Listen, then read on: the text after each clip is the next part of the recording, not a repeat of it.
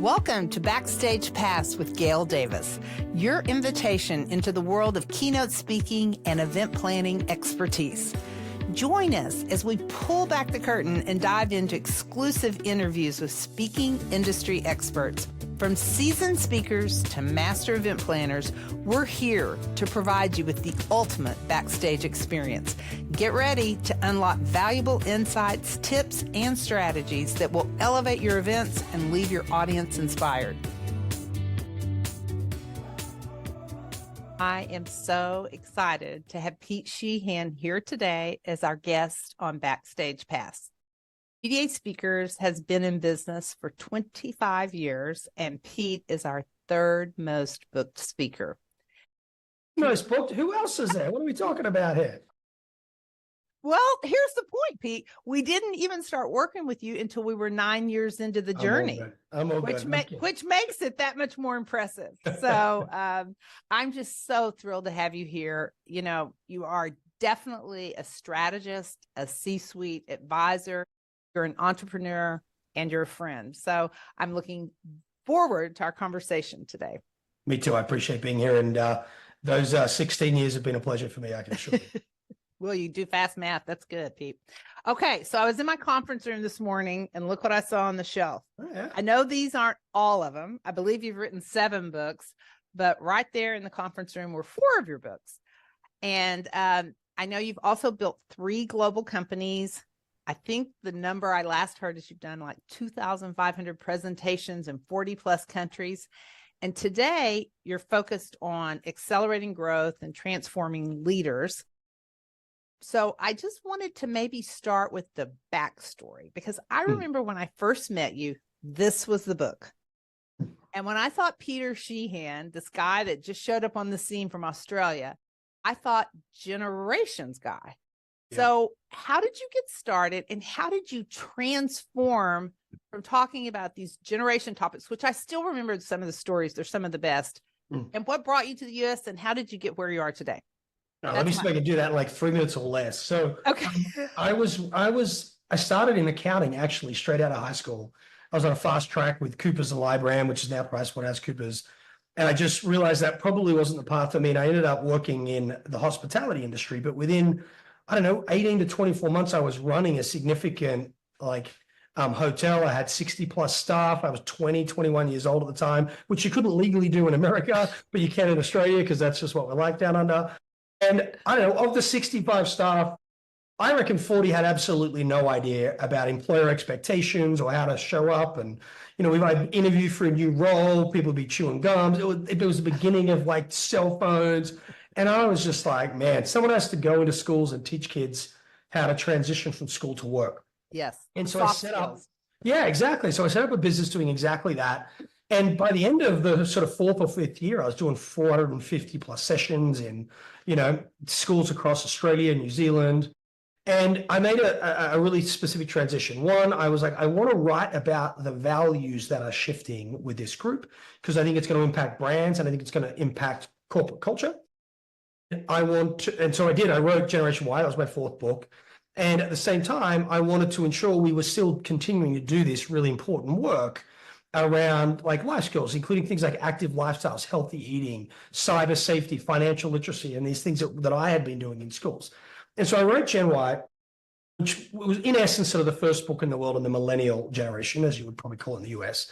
And I woke up like I was 25, 26, and before I knew it, I was in the boardroom at News Corporation. I was helping design recruitment at Google. I was brought back to Coopers and Lybrand or PricewaterhouseCoopers to redesign their grad program because I had like really written a very well-researched piece of work on the changes. At the same time, they were saying, how do we connect with this next generation? And I was like, well, why don't you take over these programs I did in schools and put your brand on them? And so we accidentally, I'd like to take credit, Gail, but I really shouldn't. I accidentally pioneered this kind of shared value, conscious capitalism model where organizations got closer to their communities, but its foundation was on behavior change. Like, how do you make really large groups of people change their behavior? Now, I give you both of those bits of the story because, one, I'm fortunate enough to be working at the highest levels at a very young age about change and disruption, in this case from a shift in values. and I'm building a global company. I mean, we ended up in 23 countries, and we were doing something like 40,000 workshops a year for over 1 million people by the time we sold that company to Ernst & Young. And so the combination of disruption-based insights and behavior change-based insight, that is the perfect combination of skills and IP for accelerating transformation, right? Because you've got these external forces of change, you've got this need to change behavior either inside the organization or out. And ever since, I've been doing that work. I've been helping large corporations accelerate their transformation to ensure they remain relevant as the external marketplace changes as well.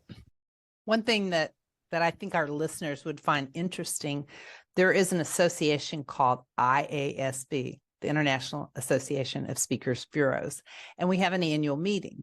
You can only imagine, since this group is made up of agents and bureau owners, we have access to a lot of speakers who want to be in front of the room. And how many times have you keynoted for IASB, Pete? Do you have any idea? I think I've missed 2 meetings in the last 10 years, maybe. It's incredible research-based. He pushes us. I mean, it's got to be a challenging spot because you're everyone's friend, but you can see where we've got to change to succeed in the future. And I find that interesting because I saw somewhere that someone calls you the CEO whisperer because of the way you push leaders. And I thought that's an interesting oxymoron, the whisperer who pushes. So talk a little bit about how you do push speakers to new limits and potential. Well, push audience more like it. The way I had it best described, Gail, is CEO said to me once, it was like you punched me in the face, but I really liked the experience, which I thought was a pretty masochistic response. But look, here's the deal. Like when you're booking a speaker, there's lots of different needs you might have. One is it's Saturday morning, everyone's hungover from the gala. You want someone to be funny and interesting, right? You might want someone who's got a big name that keeps everyone to the last possible minute. But there are a significant number of forums where you actually want to change behavior and you want the presentation to be the catalyst for a new way of thinking and a renewed or a new sense of commitment to a new set of behaviors. And sometimes the C-suite aren't really able to deliver that message with the same credibility because they've got a vested interest, they've got politics, they've got history inside the organization. And so I'm often brought in to really instigate or create a sense of urgency, to do that in a way that doesn't make people feel like they're in crisis, but rather inspire them to move towards something like a true burning ambition that in our work would be putting the customer at the center. And then third, ensures that everyone in the room understands that there is no transformation without behavior change. Like at the end of the day, you need the top 50 leaders or the top 100 distributors or, insert audience here. You need them to change their behavior because if they change their behavior, so does the rest of the organization, rest of the industry. And so I think it's not exactly whispering, but there are some very subtle things happening that aren't a typical speech, right? And, I actually have clients sometimes I have a director's cut of a presentation that I do, and I pause all the way along and I say, now you think I'm just telling that story, but let me tell you what I'm setting them up for. And let me tell you why. And I don't know, I don't want this to sound like it lacks humility, but it's like 3 and 4 dimensional chess. When you're not just asked to entertain or tell a story, when you're asked to somehow provoke, have people be inspired and change their behavior, now you're playing a delicate game. And the reason, I get invited back a lot is I do the research and I don't take it, I don't ever phone it in. I agree. That was going to be one of my next questions is I know how much research goes into your talks. Can you talk a little bit about that process of customizing and preparing for a keynote? Yeah. There's no one size fits all, but the minimum I want to do is as much as I value and love the point of view of the event planner, and I really want to understand that from tone and where you are in the program, is there room to get deeper into the work? So rather than just do 45 minutes, could we do something interactive?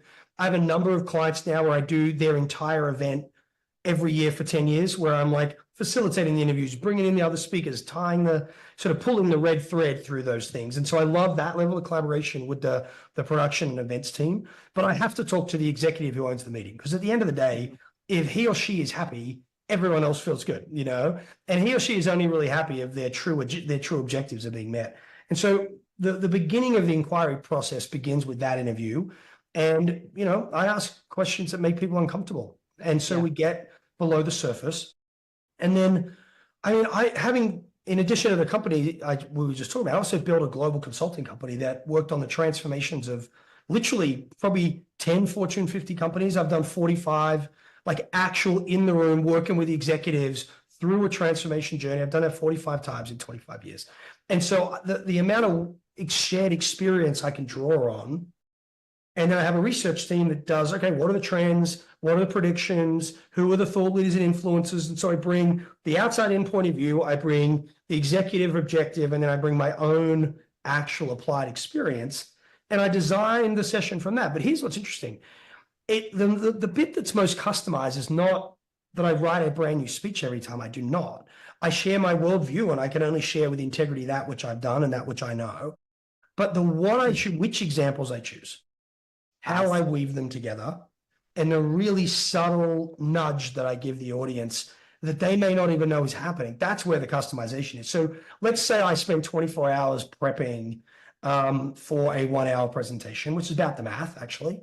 I spend 23 hours of it thinking about how I piece it together, not what story I'm going to tell. Does that make sense? I see. Yeah, it makes sense. So I have a team that does that.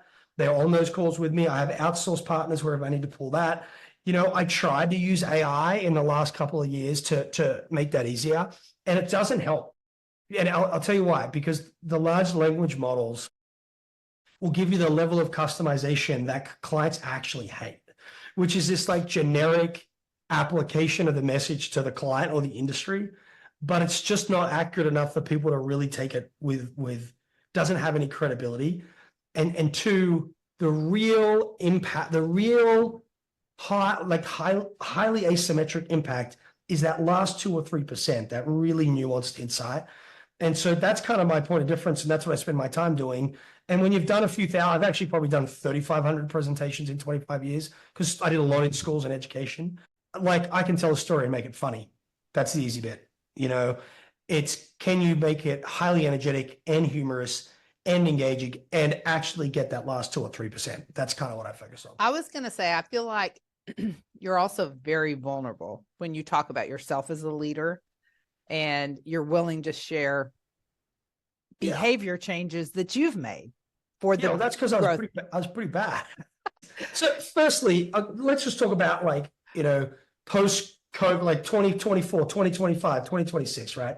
Through this period, the one thing that we are learning is that you can't just be a leader by position if you don't really want to do it with intention, right? Like, because organizations have lost the power, that power has shifted to talent and individuals.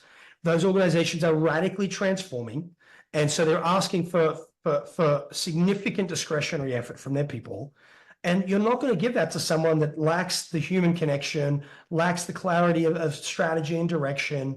And therefore, we are asking more of our leaders than we ever have before. And that is just really hard. I was in a meeting today with a president of about a $20 billion business. And, you know, he used to think everything was like wartime, you know, like it had to be hard and it should hurt. And I'm like, that might have worked in 2018, but not even 2015, maybe. Does not work today. And so he's having to reimagine his own leadership journey and reimagine his own leadership ambition, is what I would call it. And it is helpful to be able to say, hey, I feel your pain. Literally, I built 3 global companies, and you know, I struggled, and I still struggle with it today. So I'm not going to get up there and pretend I have all the answers. I might have all the observations, but it doesn't mean I know how to do them. I love that. I have all the observations. I may not have all the answers. What's next for you? You've written 7 books. You've mastered the speaking market. What upcoming projects or goals do you have that you're excited about? Yeah, so I'm in the middle of a couple of things. One, as you know, I sold most of the larger businesses I built. Part of the reason I did that is I was getting too far away from the work. Okay. So it's one thing to do a 45-minute speech on how do you accelerate transformation and drive executive alignment. It's another thing to be in the room and doing the work. And I like being in the room and doing the work. You know what I mean? And so I am sort of knee deep in that right now. I have been doing quite a bit of work in large tech. In fact, with some of our mutual clients in the past, and I have been doing a lot of work in healthcare because healthcare is at an inflection point. 50% of health systems in America are insolvent right now, and they're being hit with all sorts of non-traditional competition. And so, it's not just about tech. It's not just about health systems. I'm doing the same work in large industrials companies as well, anyone who needs to transform. And so I would say one is I'm deeply focused on doing the work and being back in the room. And that is like, I don't know, it's kind of like group therapy is what it's like. It's very intense work, but really rewarding and incredibly impactful. Like, yeah, like the amount of years I know we have taken off people's journeys of transformation is like something I'm personally very proud of. So there's that. And then there's this other piece happening where there is so much change and transformation that people kind of are getting to a place where they're like, let the head of transformation deal with that, let the head of HR, or and we really want to call every individual leader onto the mat and go, it's your job to take ownership for the change. It's your job to take ownership for leading transformation. It's your job to take ownership for accelerating the customer's progress to the future. And this idea of like, I'm of the opinion that all the fatigue and all the burnout is not from the amount of change, it's from our resistance to it and our relationship with it. It's not that we need less change, we need to change our relationship with change itself. And so I am working on sort of a new sort of set of messaging, particularly for presentations, around what it means to truly take ownership. So in my mind, our listeners are event planners. And I know I was an event planner for 20 years before I started GDA. What keywords should these event planners be listening for when their, stakeholder, the C-suite says, this is what we're going through as a company. And when we have this meeting, this is what we need to focus on? Because rarely does an event planner come to us and say, hey, who do you have that talks about transformation and changing behaviors? They don't say that. They're hearing something else. They do say, it's time to burn the boats. They do say, we need our leaders to take ownership for change. They do say, if we don't, we're at an inflection point. If we don't execute the new strategy, we fall behind, right? Okay. And so I think words like accountability, ownership, change, I do actually think people do use the word transformation, which is in essence what it is, but it might not be in the 400 person all hands meeting or 40,000 person all hands meeting. It might be more like the top 150 or something like that, where they might use those words. So I think that's another good point. Is there a specific audience that is more appropriate for you? Is it the leadership audience? Is it the sales kickoff? Does it apply there? Incentive trips? I mean, what's the ideal group? Yeah, definitely not incentive trips. Hire a hockey player or an ex-NFL player or a ballet dancer. Do not invite me to President's Club. But sales kickoffs, absolutely. But my primary audience is a senior leadership team. Yeah. And so, the top 150, top 400, anyone who has responsibility for executing the strategy and getting the organization aligned. I mean, a third of my audiences are 15 people or less.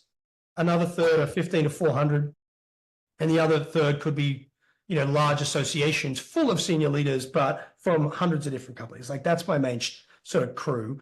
But also I do a lot of work with sales organizations and or I would call it go-to-market function, because these days the blending between sales, marketing, and enablement is getting much more tightly wound. And so I do quite a bit of work with go-to-market teams, because here's the deal. None of your clients woke up this morning and went, oh my gosh, my job's to understand your new value proposition, right? Like, no. And so you cannot execute a strategy or architect a transformation without radically transforming the way you go to market and the messaging and what you speak about. So they're my two crews. That it's very rare you put him in the front line or in the customer support or contact center. President's clubs, it's just not the right vibe. Like, I want to do real work. It's serious stuff. It's funny and entertaining, but it's not only funny and entertaining. Yeah, I got it. So earlier you talked about selling your companies because you wanted to be back in the room. Yeah. One of my favorite stories when you were in the room has been revealed twice in books written by Brene Brown.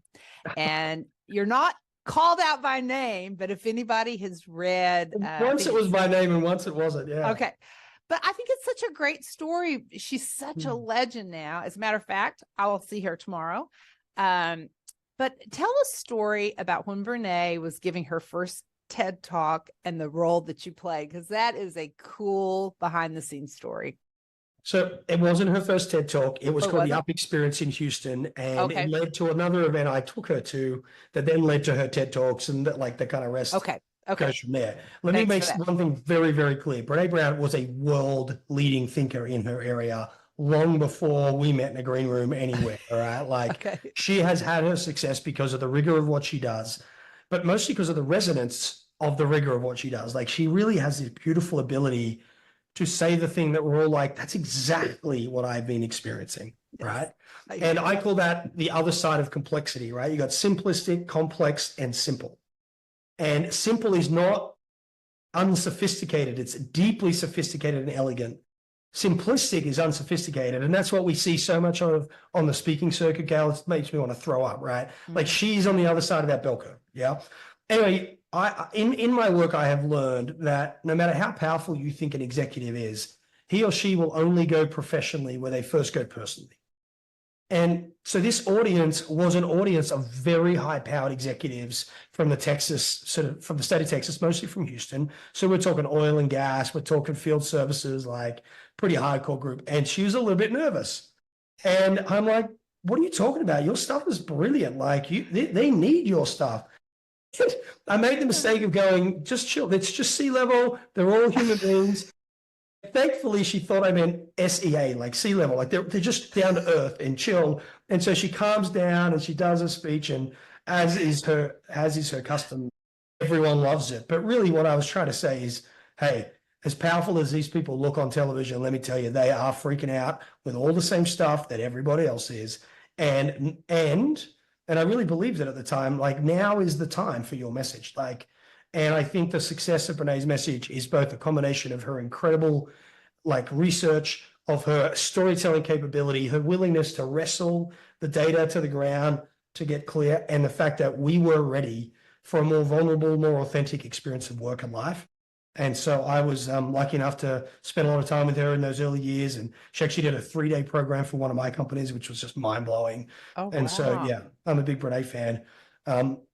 Yeah, I have a few cool stories like that, actually, not just Brene, but whatever. Any others you want to share? No, but like when you see good talent, you see good talent. And I don't want to be famous at all. I want to be known by the 300 or 400 people that I know can change the world, right? And I'll just work with them. And I remember like the first time I met Mel Robbins, the same deal. Like Mel, we were just chatting today, actually. And I was like, this lady is the real deal. She is authentic. She is powerful. She is influential.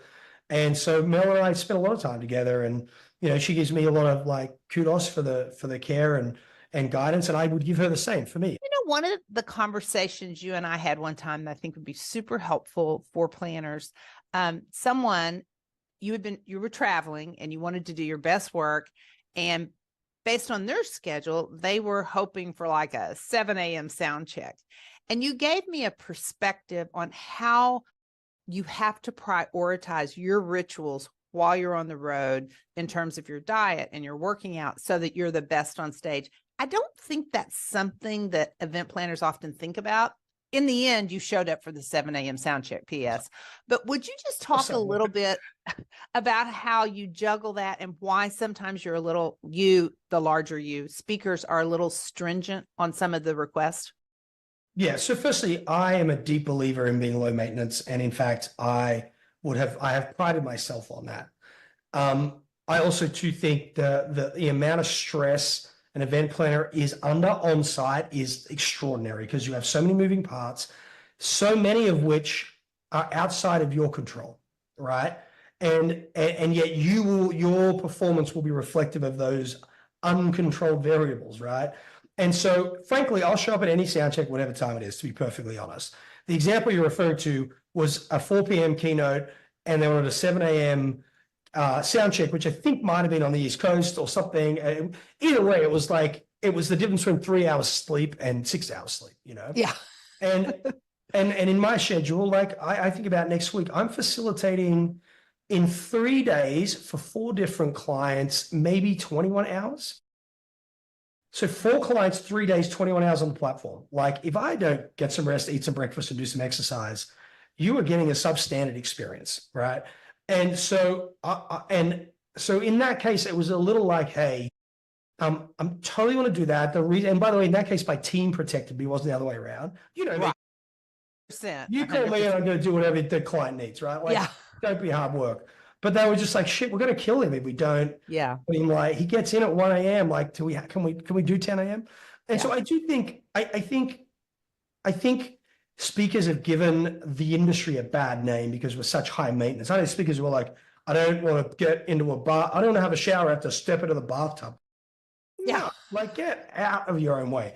But like it is important to realize that, at the top of the game, we have very serious careers. We run businesses and families, and we need to be at our best as well. And so as long as we're not being high maintenance and a pain, if there's no other good reason, because that could have happened at lunchtime and we still had 4 hours.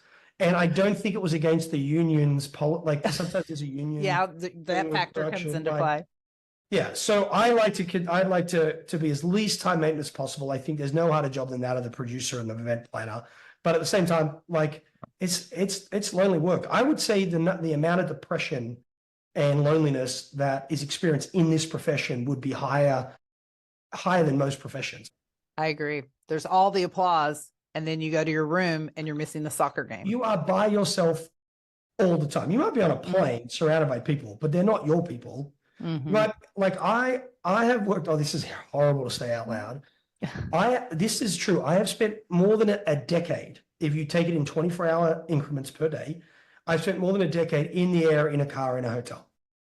More than a decade. I'm only 44 years old. Like, so like it, like some can, and by the way, I don't even think we need to really have this chat, to be honest, because I have experienced clients historically to be very sensitive to that. Mm-hmm. and to be okay. Like I was one of the first people to do the travel buyout. In fact, I think I might have been the first person to do the travel buyout. I think you might have been. Because I was like, firstly, your clients are going to go back and forth on $100 like bills and stuff. Like, we're wasting everybody's time. Yeah. But I also did it so you didn't have to worry about you, because I had found event planners being really sensitive to speakers, but their client going, well, our policy is you fly economy. And I'm like, well, I do 300,000 miles a year. I'm not doing that. Like, so I sort of take that away. Take it off the table. Yeah. Yeah. So I actually, to be really honest, have felt very well cared for over the years by clients. And so, yeah, I maybe we could just reframe that one a little bit. Okay. Well, okay. Here's how we're going to do it. Here's my last question. You've been to a ton of meetings. Yep. You know our industry very well. You understand the C-suite's objectives. Yep. So what, in a nutshell, advice would you give planners when they're making speaker selection? Yeah. Oh, wow. Can I give like 3? One, yeah. My invitation to planners is to do more work to understand the actual business outcome, not just the entertainment / energetic arc, right? Which is not to be underestimated, by the way. Like, it doesn't matter how boringly you present the right business objective, right? Like, you need both to hit the outcome and engage the audience, or you won't hit the outcome. So both are as important. But I think clients are getting more picky about the level of alignment between the message and their objectives. And that means the event team and production team need to have a much better understanding of what those outcomes are, because they already know how to do the entertainment and engagement bit, number one. Number two, don't hesitate to get on the phone and actually talk to the speaker, okay? Because everyone's the nation's leading, the world's best, the blah, blah, right? Like, everyone customizes game. Well, get on the phone, ask them 5 questions about the industry and exactly how they do that. And let's see if that's really true, And so I think it shocks me that people book me without talking to me, like blows my mind, right? Forget the money, right? Mm-hmm. The amount of opportunity costs when you put 400 people in a room for 2.5 days, we are talking millions of dollars.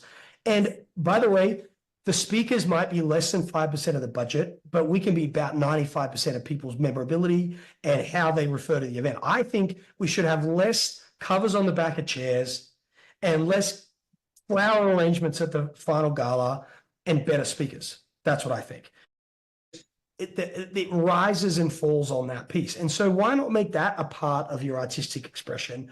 Why not make that a bigger part of what you do? So two, I'd get on the phone. And three is when you find a good speaker, and I'm obviously like subliminally pitching myself right now, but like I have clients, like think about the telecommunications client we had, where we did one job and we turned it into what, 55 three-day events all over the world.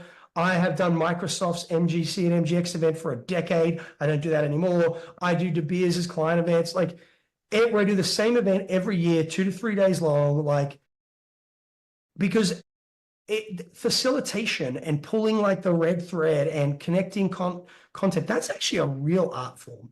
And so I would actually love to invite planners to be to open their minds to different roles real experts can play, and to sessions that might be have more moving parts and maybe even longer, but could have substantially bigger impact. They'd be the three things I would suggest. That is gold. That is absolute gold. I remember the first time you used the term masterclass with me. You said, do I only have 60 minutes? I mean, I really want to roll up my sleeves. I want to do some work. Can I have longer time? Can we do a masterclass? And my brain was like, I don't know. I thought keynotes were 45 minutes to 60. And it really makes a difference when there's someone that has as much content as you have and others, and you're willing to put that time in there. Man, they can move the needle. Yeah. And it doesn't have to be their content, Gail. The best experiences are when you create the setting and it's the client's content. And think about it, because if you give an audience a chance to internalize the message and the ask, you are substantially increasing the likelihood that they'll remember it and do something about it. And so facilitation, not emceeing, facilitation, and like true workshopping can be as valuable as content, in my opinion. Pete Sheahan, there's no wonder you are a pro. And I'm just so glad you're my friend. Thank you so much for your generosity. And I can't wait to see you soon. I'm sure we have something going on around. I got a bunch going in Dallas, so come see you. Okay, perfect. I love it. Thank you. Thanks, Gail. Thank you for joining us on Backstage Pass with Gail Davis. Tune in for more exclusive interviews and pro tips to elevate your events. Don't forget to subscribe and share your thoughts with us. We'll catch you next time behind the curtain on Backstage Pass.